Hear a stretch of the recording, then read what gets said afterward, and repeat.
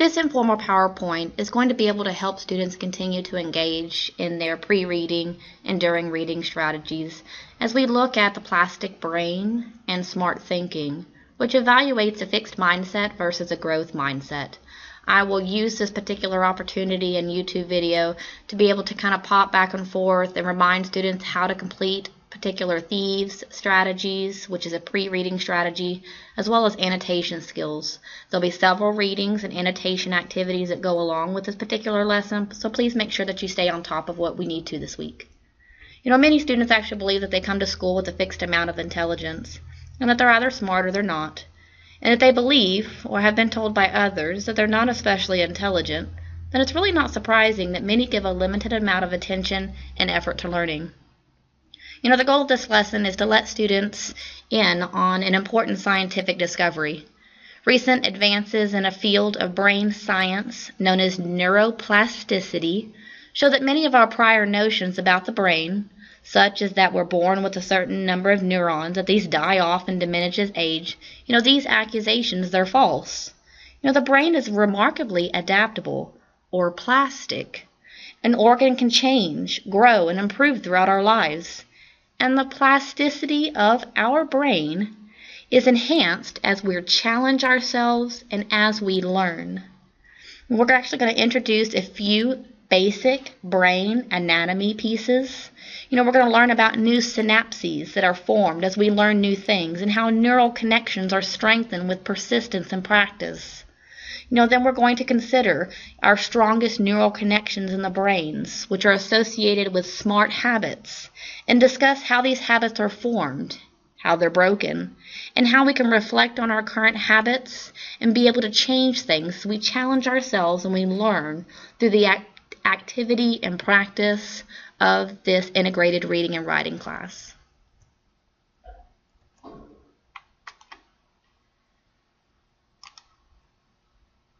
So first off, what I want you to do is we're going to conduct the Thieves Strategy and Annotation Strategy to the You Can Grow Your Brain article. So inside of the Blackboard lesson is the Microsoft Word article for You Can Grow Your Brain. So first, let's do our Thieves Strategy. So I'm going to open up our lesson here. And let's get into our article. So remember, I'm going to side by side these so we can look at them together. Now remember, the Thieves Strategy is a pre-reading strategy, which means that you're not actually reading the article. You're not reading the entire thing. We're only going through the title, headings, introduction paragraph, first sentence in each paragraph, describe visuals that are within the article or bolded or italicized vocabulary, examine themes. What do we already know about the brain? What do we already know about being able to grow ourselves? And then also looking to briefly summarize. This is a pre-reading strategy. It is literally meant to take you 10 minutes or less to be able to go through these questions. And as we continue to practice these, you will become better and better, that you can apply these without even having this piece of paper here. So as you do your assignment, you know, what is the title of the article? Okay, the title of the article is You Can Grow Your Brain. All right, so the subheading for the particular article is New Research Shows the Brain Can Be Developed Like a Muscle. All right, so remember, it's similar to what we did last week. You're going to go through these pieces. What are the headings and subheadings in the article? So as we scroll down in the article, here's a heading. Here's another heading. A heading. And then it looks like the last one here. Now this is bolded and it looks like a heading, but references, remember, if you don't know, references are what did this author use to be able to write this article. This is the people that they referenced as experts and scientists and literature. So that's not necessarily a heading, so we'll leave that alone. And you know, as a reader and as already practicing this, you know how to be able to complete these pieces. So I'm going to exit out of the Thieves Strategy assignment. Once you're finished with this, you need to send this completed Thieves Strategy assignment to me for a grade.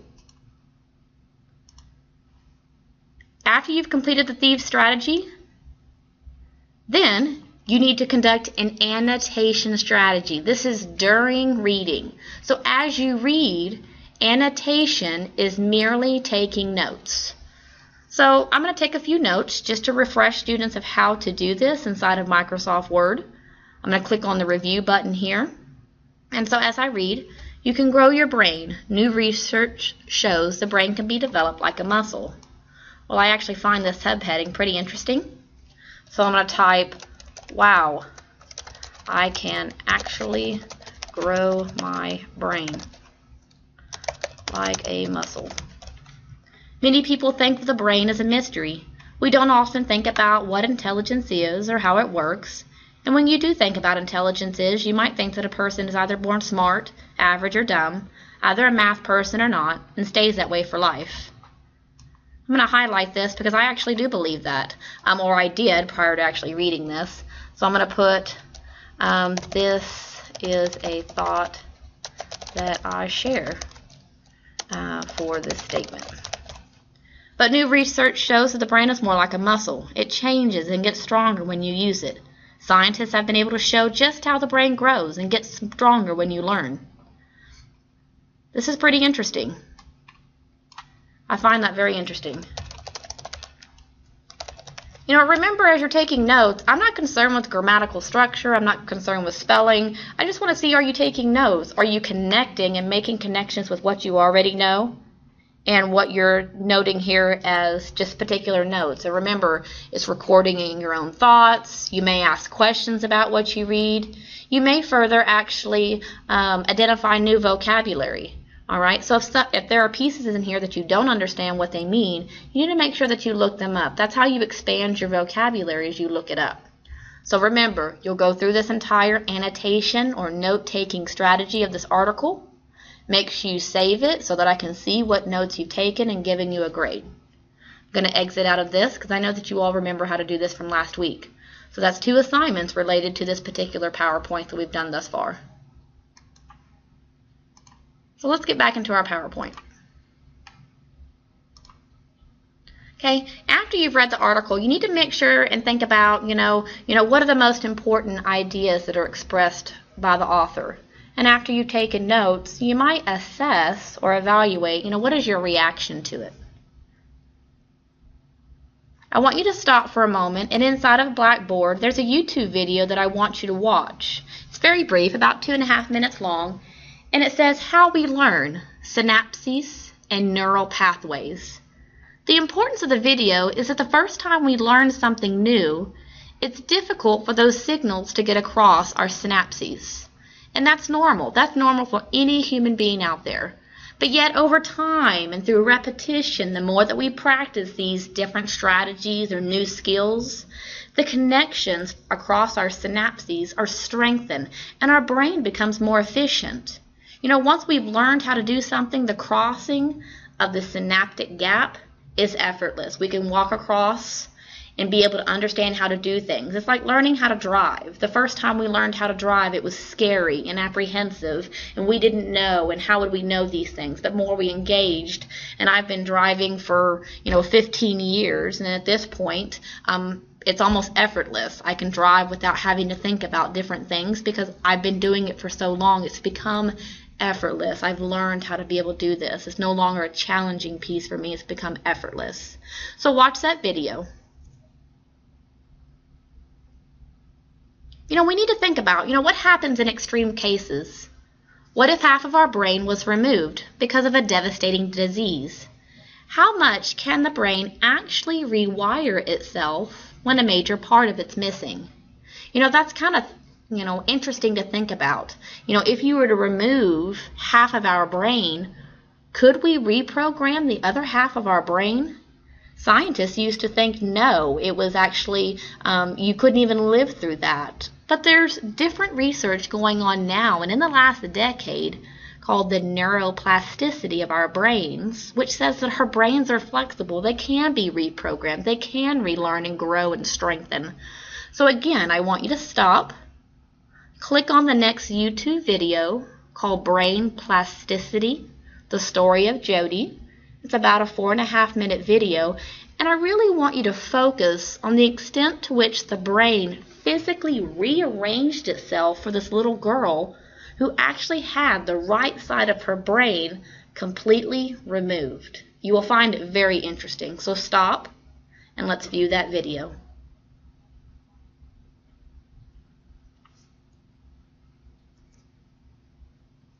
So as you come back from watching that video, let's talk about a different concept, but very similar to neuroplasticity and the flexibility or the plasticity of our brain. The concept of purposeful engagement. Now, right now, you are purposefully engaged. You are on purpose engaged in my class because you're watching this video and stopping and doing these tasks as you go along. But it means you're choosing to change your brain in the same way that people choose to change their muscle strength or their overall physical fitness by going to a gym or participating in sports. You are making a purposeful choice, that extra effort, and you're persisting in that effort over time. So think about it. Let me ask you a question. How many neurons or nerve cells do you think that there are in the brain? Would you be surprised to know that there are 100 billion nerve cells and neurons in our brain? That's unimaginable. Even the number that popped up there is difficult to imagine. Let's think about it in a different context. If you take 1 second to count each neuron, and there are 100 billion of them to count, how long would you be counting for? How long is really 1 billion seconds?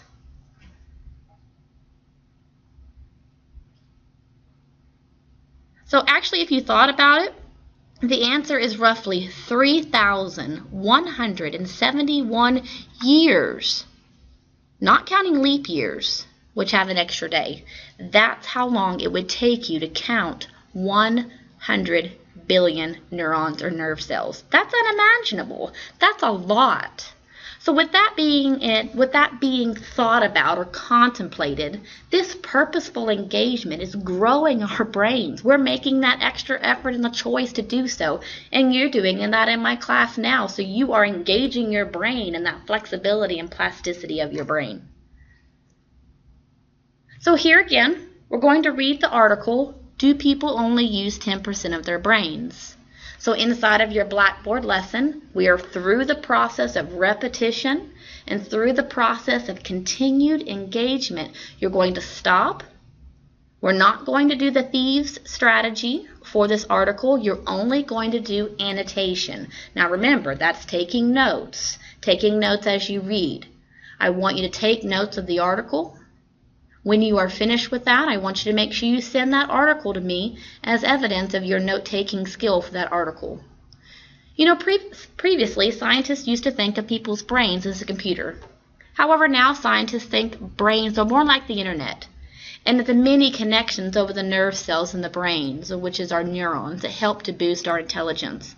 I want to totally dispel or dismiss the myth that we only use 10% of our brains. The more that you are challenging or engaging, making that a choice through purposeful engagement, you are actually giving your brain additional connections and synapses in order to be able to grow your brain.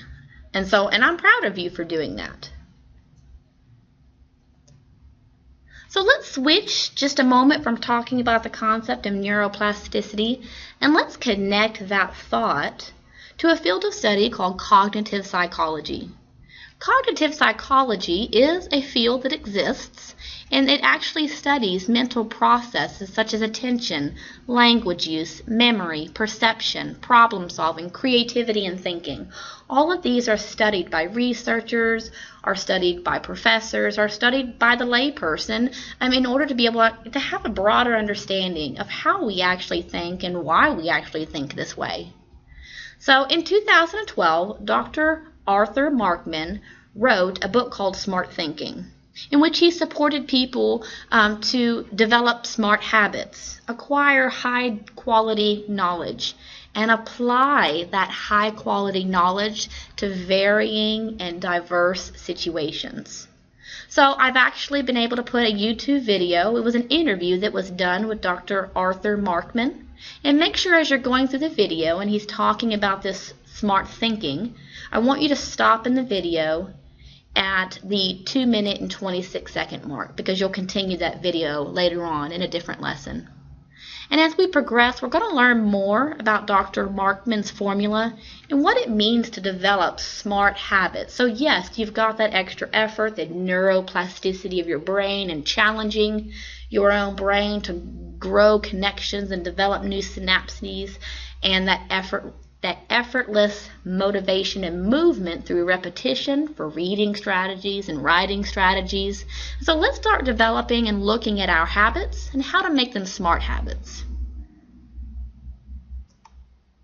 So just for a moment, I want you to do a little bit of self-reflection. What are your morning routines? Which are so automatic that you don't even really have to think about them? How are these routines disrupted when you move to a new home or stay at an unfamiliar home or hotel? I know personally for me, it's very automatic the way that I get up in the morning. When I shower or brush my teeth and get ready, I don't think about them. I just move through the processes in order to be able to move forward. And of course, when I stay somewhere unfamiliar, it's much more purposeful engagement that I have to slow down and know my surroundings and so forth. So it's amazing to think about that. Next, self-reflect at school. What are some academic routines that are so automatic that you don't have to think about them? How do these habits help you as a student? Many students may actually reflect and say, I really don't have any academic habits. There's nothing on purpose that I really do that's so automatic. Strangely, you actually do. If a teacher is listening, if a teacher is speaking, do you not stop to listen? That's automatic. Do you take notes as a teacher is perhaps giving a lecture? That's automatic. Maybe there are some habits that you might need to develop. Habits that we're developing in this class. Perhaps using the Thieves Strategy. Perhaps even annotating, which is note-taking of reading articles that helps your brain as you grow as a reader. Perhaps. Here are 2 more articles. You need to read them. They're short, brief articles, about a page, maybe a page and a half a piece, and they're written by Dr. Phil, but in conjunction with Dr. Arthur Markman. So he still has his reach into those good habits and the smart thinking and what we're doing as we challenge our brains.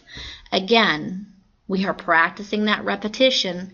As you read, I want you making comments and annotating as you read. I need to see that you're growing your ability and making it an effortless action to take notes as you're reading, because that grows your brain. You're challenging your brain and learning new information.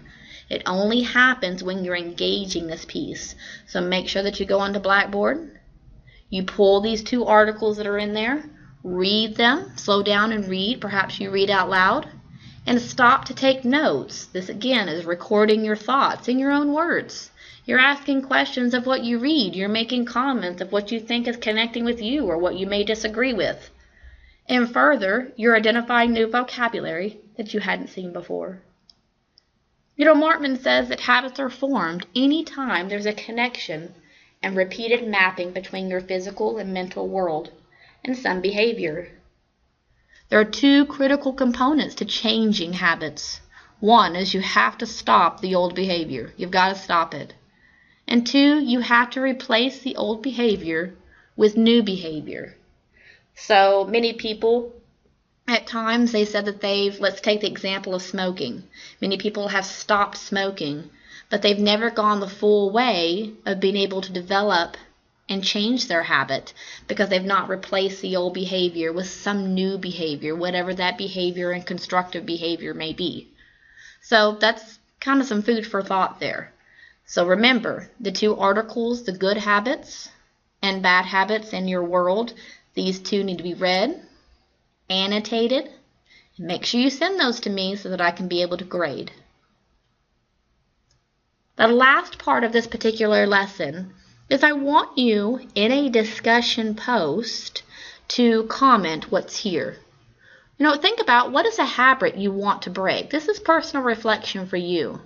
This might be a personal habit or it might be an academic habit that is interfering with your success in school. In that discussion post, I want you to free write about your habit and how you might change the bad habit into a good habit. I want you to take what you've been able to read and make a connection that further enhances the plasticity of your brain. It further challenges your brain with what you're doing. Maybe you might comment on this annotating. Perhaps it is an academic habit that is developing as we go through this integrated reading and writing process, and it might be something that becomes an automatic habit even beyond my class. You want it to become that, because I promise my class is not the first nor the last class that you'll be reading strongly in, but it is a good habit to develop. Maybe the Thieves Strategy. Maybe there's something wonderful that you do now that you can continue to do so, and you might share that with everyone because it might be something we've not thought about before. I appreciate everything you've given in this lesson, the stopping and the learning and the reading, and further your discussion post. I look forward to reading them. If you have any questions, please contact me.